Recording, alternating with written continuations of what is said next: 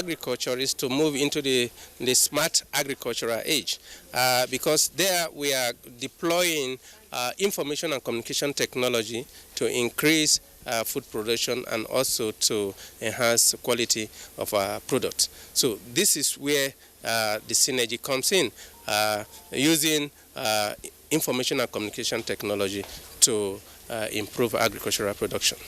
With business news, Abdul Karim Zerbi.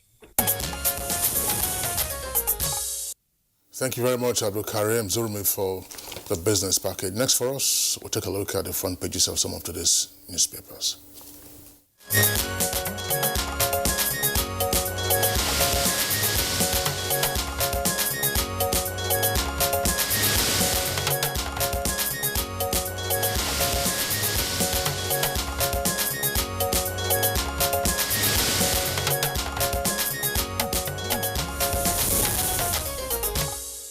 And our newspaper reviewer Bayo Tiobi is in the studio. Good morning, Bayo. Thank you, Jumai. Good morning. Good morning, Kinsley. Good morning, Nigeria. We have some papers here. Let's start it with the Daily Trust newspaper. Just below the masthead, confusion trails appeal court ruling on oil governorship. You find that on page 13. Ghanaian traders shut down more Nigerian shops. That story is on page 12. Thugs raise STB secretariat in Kogi. You find that story on page 14. And the bold headlines there, Apapa lockdown defies presidential intervention. You see the picture story there, telling it as it is. And at the bottom plate of the Daily Trust newspaper, ex-minister Tam David West dies at 83. That story is on page 8. And African carriers lose $1.5 million on every passenger. That's coming from IATA. You find that on page 17. And Shehu Obono Turban's soldier. That story is on page 4. Okay, let's take a look at the Punch newspaper. Punch, above the nameplate, you have a number of headlines there. Indeed, on the front page itself, you have a number of headlines. Let's go above the nameplate. Power distributors owe NBET 320 billion naira in 8 months. That's on page 34. Now, delayed transfer of indicted soldiers stalls Wadume's arraignment. Details can be found on page 9. And on page 12, Ministry and NRS, that's Immigration Service, disagree as U.S. retains reciprocity fee. That's for purposes of visa issuance. Buhari mourns David West, says he was indomitable. That's on page 13. Cooking gas depots run dry and operators await vessels. That's page 34. And federal government okays funds for Oja's Lagos Highway. Details can be found on page 31. Late story says with a kicker, fuel supply suspension. Petrol scarcity hits border towns. Fuel now 600 naira per litre. Fuel smuggling thrives in Adamawa and Sokoto, and task force brutalizes Idiroko residents. Details on page 2 of the Punch newspaper, and you can see an inferno there with a photograph on the front page of the Punch. Says tanker explosion rocks Lagos community and Kwara school razed. Details of those stories on pages 4 and 5. Gunmen kidnapped 2 Kaduna lecturers. An 85-year-old woman missing after church service in Ondo. That's page 5. And confusion over appeal court judgment on Oyo governorship poll. That's page 27. Winners pastor and woman abducted by Boko Haram freed. That's page 22. Passenger slumps and dies at Kano Airport. And Keke operators protest FCTA restriction order. And thugs burn Kogi SDP secretariat. It is on page 22. Payo. Well, let's start with the sad news that President Muhammadu Buhari has expressed deep sorrow over the death of Professor Tamunomeni Sokarari David West. The professor of virology died at age 83. Professor Tam David West was fond of President Muhammadu Buhari and was described as a political ally and friend of the president. President Muhammadu Buhari calls him the indomitable Tam David West. He was Minister of Petroleum and Energy when Major General Muhammad Buhari was head of state. President Buhari has condoled the people of Buguma, Kalabari Kingdom, and the academia over the death of Professor Tam David West. He prayed that God will grant him rest to be describing him as a committed nationalist. He enjoyed all those who share his view of Nigeria to expose those ideals of believing seriously in Nigeria and its humanity. The appeal court sitting in Ibadan has given a ruling that the All Progressive Congress is rejoicing and calling it a victory, as well as the People Democratic Party calling it a victory. The Court of Appeal had its four-man panel sitting over judgment, and three of them, in their ruling, resolved that the appeal in favor of the appellant Adebayo Adelebu of the APC was successful, and they set aside the judgment of the petitions tribunal that had dismissed the APC Adelebu's petition against the PDP's Makinde. However, they now brought in a caveat that due to the unfavorability of time, 180 days allowed for post-election petition that has lapsed, they therefore enjoined all to maintain status quo ante, which means that therefore that Governor Seyi Makinde still remains the governor of Oyo State. Well, if there is any victory at all, it is the victory for the rule of law. Meanwhile, Bayelsa State yesterday witnessed a meeting of the National Peace Committee. The alternative chairman, Bishop Matthew Kuka of the Sokoto Diocese, was in Bayelsa, and he got candidates of political parties to sign a commitment to resorting to peace. There are 48 candidates who will be contesting in the election, and he enjoined all to imbibe a political culture by working hard to ensure that violence does not occur. Governor Seriake Dixon says that Bayelsa is peaceful, but peaceful Bayelsa is not possible without peaceful and credible elections. In fact, there has been concerns about worriness and anxiety about elections in Kogi and Bayelsa.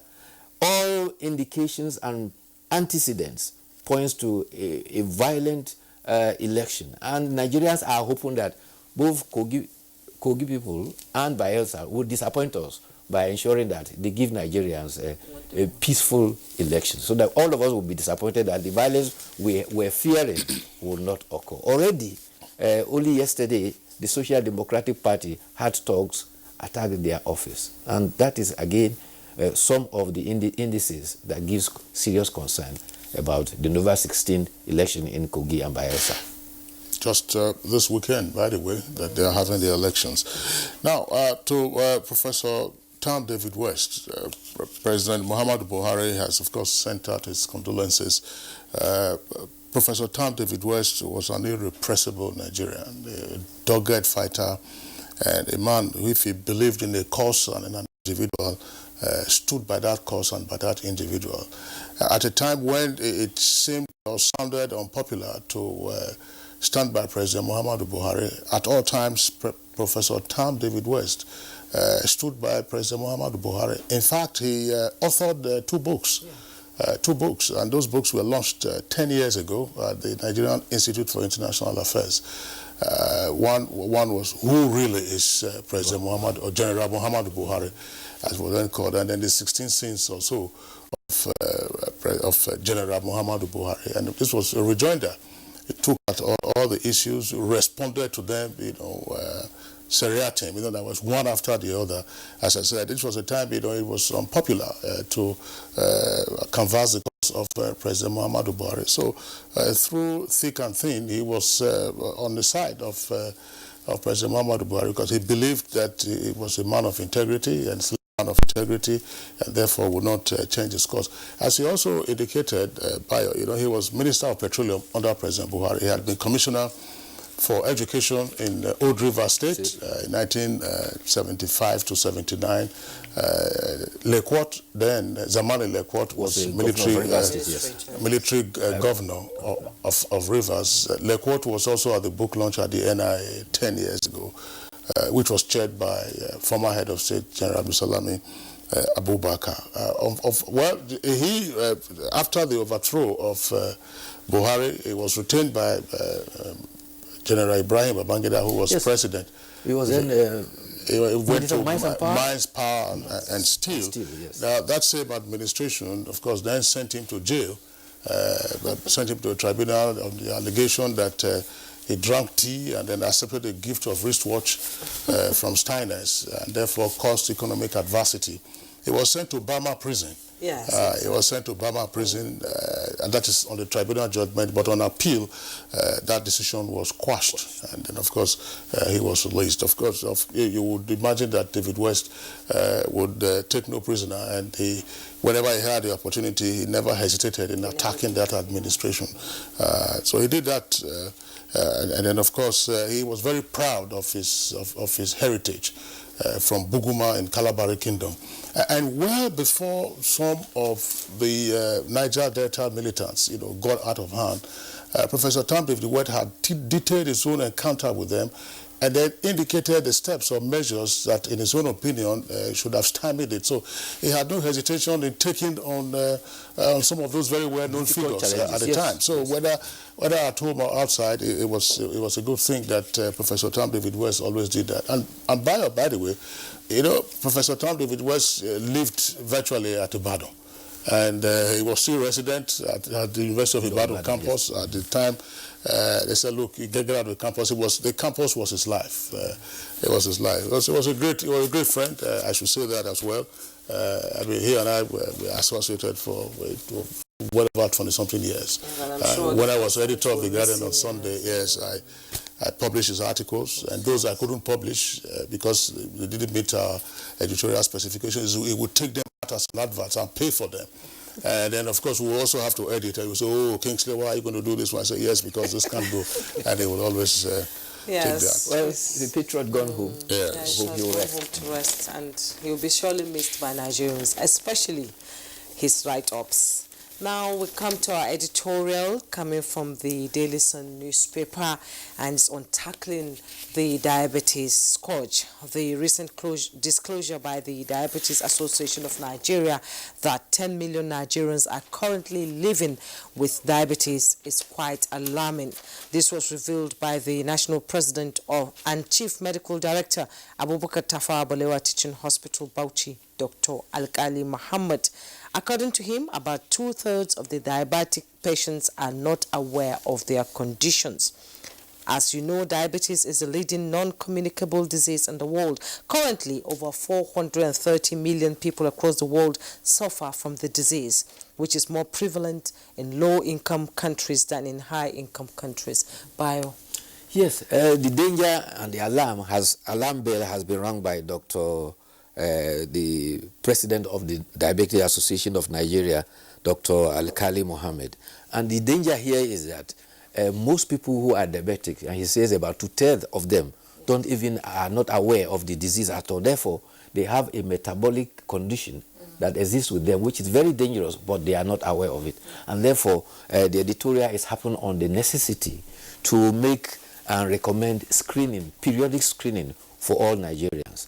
And it is not only a national challenge, it is also a worldwide challenge because the statistics they give here is very frightening. It says about 430 million around the world suffer from the diabetes. And the danger here is that there are two types, type 1 and the type 2. One is the insulin dependent and the other one is the common one, which is very prevalent. And they are all, if not managed carefully, can kill. And the danger with them, the potency of killing, is that if you look at the victims of HIV/AIDS, tuberculosis and malaria put together, diabetes overcome all of them put together. And therefore, the editorial is happening on the need to make screening available at all health centers, and people must be encouraged to check their sugar level as periodically as possible. Blood sugar levels. Blood sugar levels, yes. There's usually a very simple mechanism. You urinate in a container and then put it somewhere. If you find ants gathering around it, that will be an indication of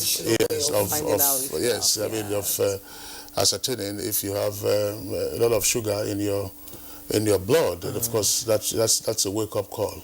In addition, but I think the test is fairly accessible now. Yeah, very fairly accessible. Yes. I mean, there are so many kits that you can use to check it at home. Yes, just prick your finger, have a drop of blood, and then the tester reads it for you, and then you see what the reading is, and then you can take it up from there. The danger and the alarm bell that must be rung are quacks who are going around and claiming that they have cure for these diseases. That's right. And a lot of our people ignorantly are taking in. Yes. In fact, there was a friend who used to work with the NNPC.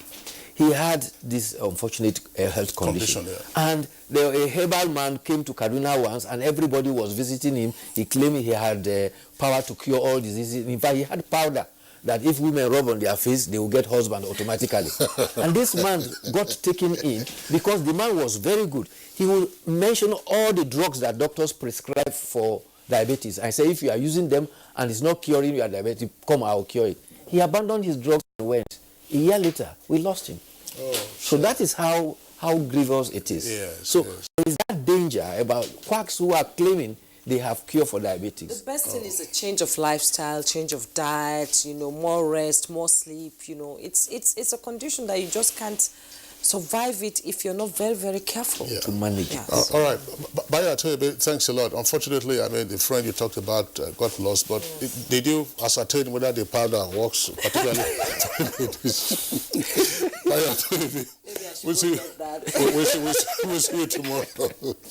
We'll see you tomorrow. Okay, it's Good Morning Nigeria on the network service of the NTA. We'll take a short break now. When we return, we'll be discussing the updates on the land border closure, Nigeria and our neighbors.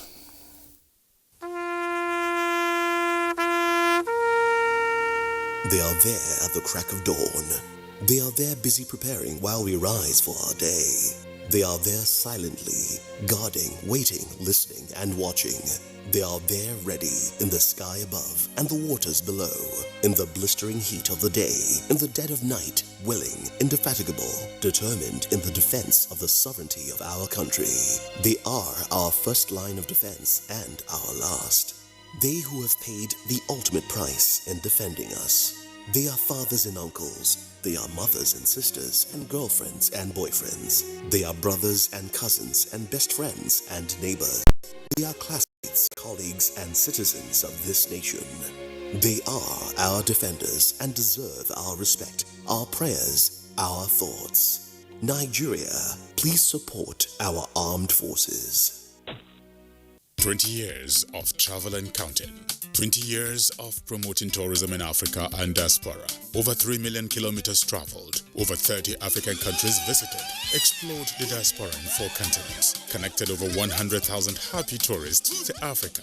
Reached over 50 million homes. Igniting smiles across Africa and beyond. As Gogi Africa turns 20, we thank you and invite you to join us in the quest for 20 must-visit destinations in partnership with the largest TV network in Africa, the NTA, Ministry of Information and Culture, Ministry of Transportation, Lagos State Government, Canon, Delta Airlines, Royal Caribbean, Tour Brokers International. You too can still be a partner. Call the numbers on your screen or info@gogeafrica.tv. Goge Africa, celebrating 2 decades of heritage, travel and tourism. In Nigeria, there is one sound we need to silence.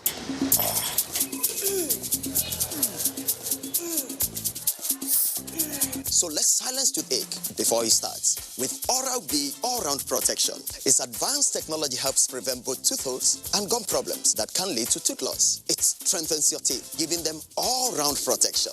Because the only sound we really want to hear is that of our future. For healthier, stronger teeth in 1 week.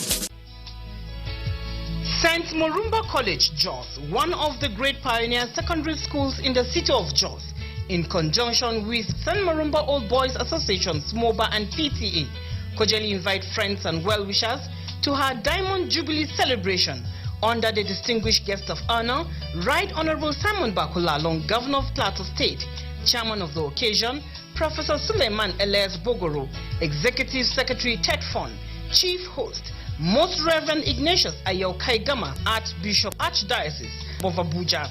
Program of events: Wednesday, 13th November 2019, there will be a road walk and awareness campaign from Standard Junction to St. Morumba College by 9 a.m., after which there will be a press conference.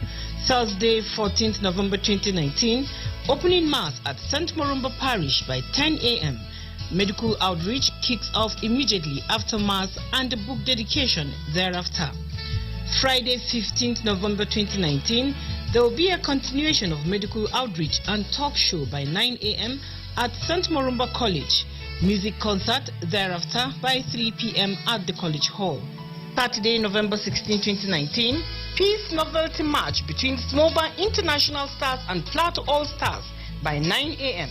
at the famous Morumba Pitch, while dinner, award night, and a book launch with the title Building Minds, St. Morumba at 60 comes up at 5 p.m. to 10 p.m. at Eliel Center along Gold and Base Road, Jos. Sunday, 17th November 2019, Thanksgiving and Farewell Mass by 9 a.m. at St. Morumba Parish. Join us celebrate an enduring home of global pace setters and trailblazers. Announcer, Central Planning Committee.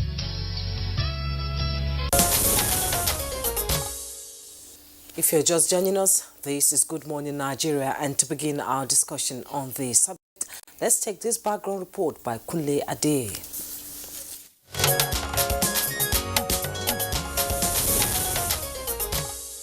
The quest to secure Nigeria's land and maritime borders prompted the Nigeria Customs Service and the Nigerian Immigration Service in collaboration with other security agencies to introduce a joint border security exercise codenamed X-Swift Response in August this year.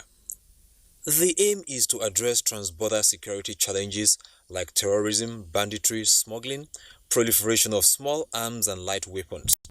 Almost 3 months after the presidential order on the closure of land borders, a lot of successes have been recorded. These include arrest of illegal migrants and seizures of thousands of bags of parboiled foreign rice, fertilizers, thousands of drums filled with premium motor spirit being smuggled out of the country. Other seizures include assorted drugs, groundnut oil, and bales of second-hand clothes.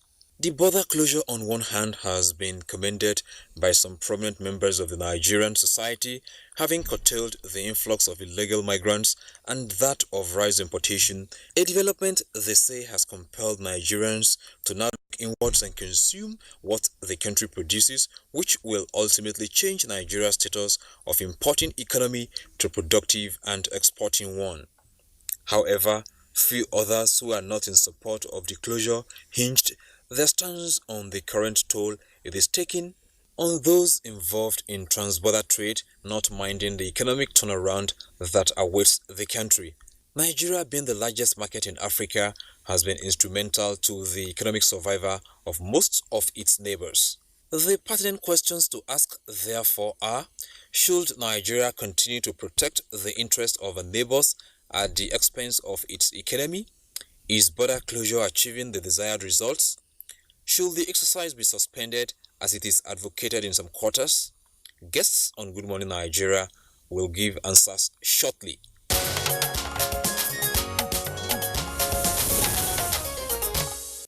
Thank you very much, Kunle Adeyeye, for that backgrounder. We have guests with us here in the studios to discuss this and indeed from other network centers. First, let's welcome the Deputy Comptroller of Customs, Joseph Atta, who is also the Public Relations Officer of the Customs Service and spokesman for X-Swift Response. DC Joseph Atta, pleasure to have you with us on the program this morning. Good morning. It's my pleasure. Also here with us in the studios, familiar face on Good Morning Nigeria, Ken Ukoha, President, National Association of Nigerian Traders. Ken, pleasure to have you. Good morning. Good morning, Nigerians. Okay. And joining us from our Kaduna studio is Dr. Yusha Ango, Associate Professor and Dean, Postgraduate School, Kaduna State University. It's a pleasure to have you join us. Morning. It's a pleasure to be here. We're being joined by Iju Tony Nwabunike, President, Association of Nigerian Licensed Custom Agents. Good to have you join us. Good morning, Nigerian.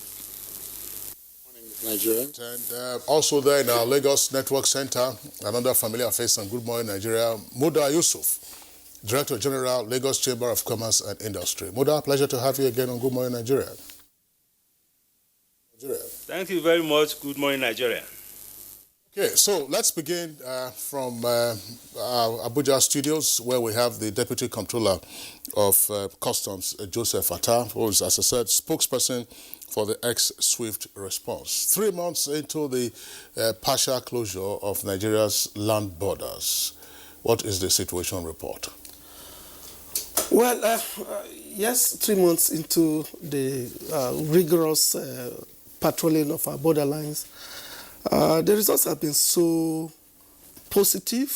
Feedbacks we get from the field. I just returned from 4 states sensitization tour, and the feedback we get from Nigerians, especially those who are productive, those who are engaging in economic activities, is that they're getting more patronage now. About shoemakers, we tell you they're selling more than they used to sell now. Go to Onitsha, you hear the same thing. Katsina, you hear rice farmers saying, look, they are getting more patronage than before. And generally, the feeling is that security, not just the feeling, I mean, when last did you hear bandits just taking over some villages in Zamfara and other states that we used to hear? So security has improved, economic activities have been stimulated, at least local economic activities have been stimulated, and generally it's been good and it's been worth the effort. Okay, thank you so much. Coming to Mr. Okoa, from the customs perspective, it's a success story. 3 months down the line and the border closure will extend to January 2020. What's happening in the business world? Thank you very much. I think I need to start by saying that many people have condemned this particular policy. But we need to look deeper beyond the peripheral side. And I'm saying this because I am privileged to be a member of the ECOWAS Task Force on free movement of goods. And 2 weeks back, the heads of states selected 3 of 7 of us. And we met with the governments of Nigeria, met with the governments of Niger Republic, met with the government of Benin Republic. And we traveled also across the borders, and we saw quite a lot. We have submitted our report to the heads of states. But in all, I must tell you, we saw beyond what has been speculated. And let me say this. The border closure, whether we like it or not, is something we should give credit to this administration. I don't work with government. I don't hold any brief for them. But I think it is the first time that in government in Nigeria stands up to use a stick. In trade, that's what we call carrot and stick. All the while, Nigeria has been playing a Father Christmas kind of attitude, both in terms of diplomacy, and politics. But for the first time, it's rising up to say, look, hey, guys, let's get things right.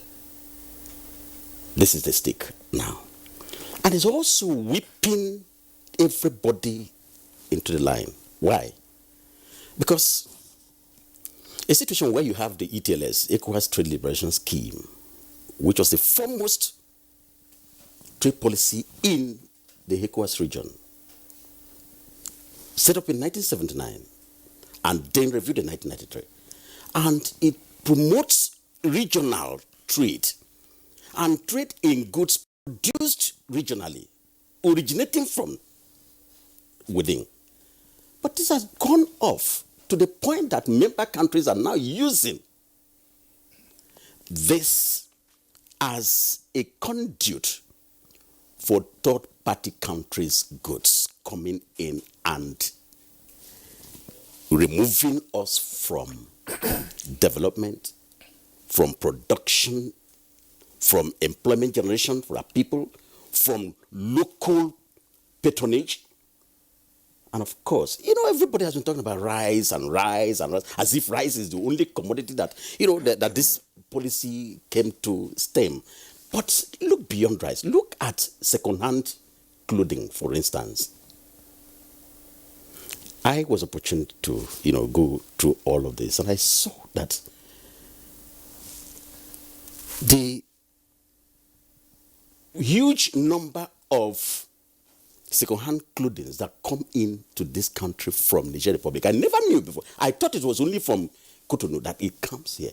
Huge. And we met with actors, we met with businessmen in all of these countries. They are all weeping. And I now understood that this is exactly why the textile industries in this country had closed down. You come to rice. The same thing. Benin Republic, for instance, does not eat parboiled rice. They eat only white rice. In fact, I had to ask the Honorable Minister of Trade. And she said, yes, they don't eat parboiled rice. Then why do they import it? Why do you import? It means that all the things that we're importing are moving into one direction. And this direction is Nigeria. And of course, Niger Republic also import the same rice. They don't eat parboiled. They import because they are landlocked, they import from Benin Republic and move all these 1,600 kilometers from Benin Republic to Niger and then move down this same commodity into Nigeria. So we are battled from the south and from the north at the same time. And Nigeria is being squeezed. And now, the country stood up and said, look, if we continue this way, we can't get any economic policy right. There's no way Nigeria can have a trade policy that will look up to say this industrial policy and manufacturing can move right. And I think, therefore, I support it. Thank you. So it's a plus for government. Yes. All right. Colonel Okwa, thanks a lot for your opening salvo. Let's go over to our Lagos network studios. And we earlier introduced Uju Nwabonike and Muda Yusuf, who is the Director General of LCCI, Lagos Chamber of Commerce and Industry. First to Muda Yusuf. What's your response to 3 months of the partial closure of our land borders?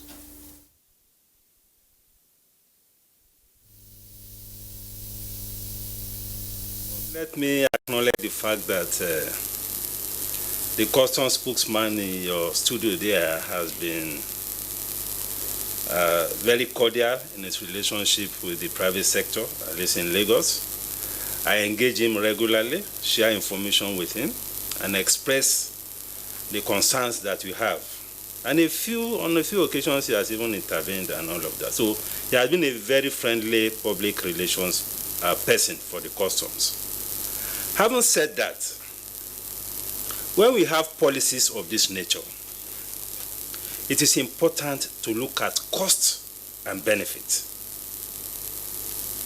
Because when we manage an economy, we manage an economy to promote the prosperity of investors, which is good, which is part of some of the benefits that have been mentioned in the studio.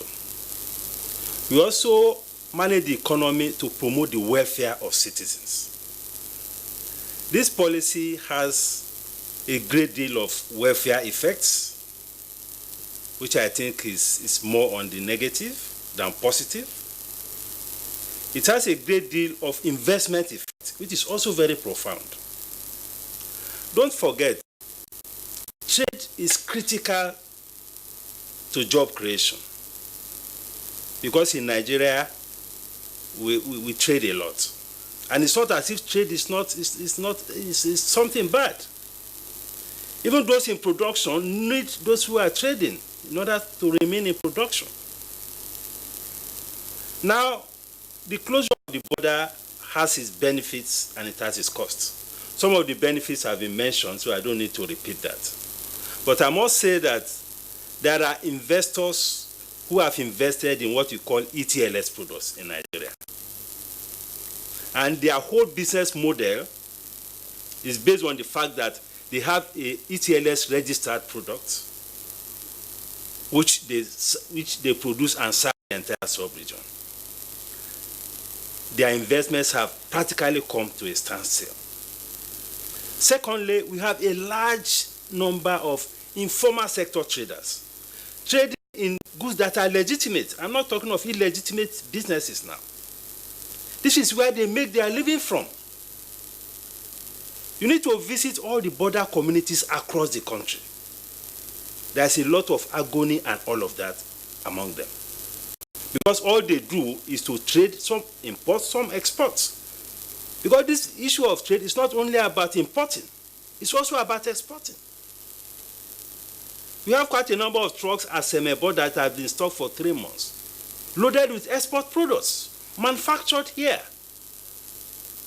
And we have quite a number of traders that come from neighboring countries to come and buy manufactured goods here in Nigeria. All that has taken a very serious toll on many small businesses. Trade within the sub-region is mainly informal and it's done almost 80% by small businesses. These small businesses don't have the capacity to go to the ports, go and charter vessels, containers and all of that. They don't have that capacity.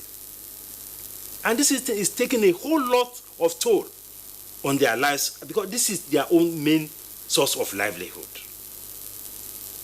Then thirdly, there's a major welfare effect on prices of goods in the market. Now, I'm not supporting the issue of smuggling. But what this development has shown is that there's a major supply gap, major capacity gap to supply, to feed, to support this country. This is a country of 200 million people. You can see what the closure of the land border has done to prices of things like rice, for instance, vegetable oil, sugar, even spaghetti, and a whole lot of things. So what are we doing to ensure that the poor people don't suffer much longer? What kind of support are we giving to those who are producing locally to ensure that we bridge this very huge gap between the supply and demand? Because as we celebrate those who are producing, they are making money, we should also worry about those who are paying more for these goods. Because we are talking about poverty, we are talking about unemployment. This policy has created a whole lot of unemployment among those who are informal traders across the sub-region, among a whole lot of people in the border communities. So we have to make sure that we get our institutions to work. We should not be inflicting the pains of the failure of institutions on innocent citizens. People are doing genuine business, but because institutions have failed, the borders are not properly policed, now they are being shut out completely from their businesses. So, just as I said, I acknowledge the fact that there are benefits, but I also want us to reckon with the fact that there are huge costs in terms of unemployment, in terms of high prices, in terms of a whole lot of things on many businesses and on the citizens of this country. So we need to balance these things out and come up with a solution that will actually make the whole system more sustainable. Because I don't believe that this can be a permanent solution to this challenge. Okay, thank you so much. And we're still staying with Lagos. Tony Nwabunike is the President, Association of Nigerian Licensed Custom Agents. It's been speculated that, yes, just like Mr. Muda Yusuf said, it's a two, you win some, you lose some. But in a country like Nigeria, where our economy has been raped by neighboring countries, by import and all that, we're even importing tomatoes. So don't you think that we need to begin to ask ourselves how we can be able to sustain our economy? Most of these goods going out can be consumed by Nigerians. What's your take on that? very much. This discussion is a very good discussion these days because everybody is talking about closure of border posts. On our position as freight forwarders and custom brokers, we are totally in support of this closure because too many things have been happening under the current of the water. I tell you, ETLS has a procedure of imports and exports. And the situation on ground does not warrant what, for example, Benin Republic is doing to Nigerian economy. I'll give you an example where a transit goods that's supposed to be into our border post, as it were from the en route, is being offstuffed to a very bigger lorry that will carry too many things differently, like motor batteries, joined with tomatoes, joined with edible fruits like rice in one truck, getting to the border post. At the end of the day, you find out that only one single item has been declared, and the economy has been eluded by Nigerians. So I think we must have to look at it critically and look at what our trade liberalization scheme is actually giving us. Then the other way around, we talk about export. While we are talking about import, we do have exporters too. We look at it critically too and make sure that we balance this trade. Because the issue is very clear. I was in Niger Republic just a month ago, and I found out that most borders, almost 1,500 square meters seated upon Nigerian northern states, are actually unapproved routes, mostly. I was in Kony, I was in Marada, and I was in Zendane, and I tell you, they were actually feeling very bad because what they do was not in line with what's supposed to be doing in Nigerian businesses. They go to Cotonou, they go to they go to Benin Republic, import, get into their areas, and find a route, unapproved route, to get these goods into Nigeria without paying duty. Who is losing? Nigeria is losing a whole lot of economy on this. And I think we need to look into it critically. Yes, I'm a freight forwarder. Yes, I'm a custom broker. But we need to maximize our border post. We need to get our securities intact. We need to do things correct. And we need to facilitate trade with conscious of security apparatuses. Thank you very much. All right. Thank you very much, Iju, Tony Nwabunike, and Muda Yusuf in our Lagos Network Center. Of course, we'll return to you both, gentlemen, in the course of this conversation. Let's go over now to our Kaduna Network Center, where we are introduced Dr. Yushau Ango, a regular guest on Good Morning Nigeria. He's Dean School of Postgraduate Studies at Kaduna State University. Dr. Ango, drill into the economics of the partial border closure. A number of points have been raised, including what Muda Yusuf was saying in Lagos, welfare impact on small business operators, pop stores, supply gaps, and all of that. In your opinion, is the border closure working for us or is it hurting us?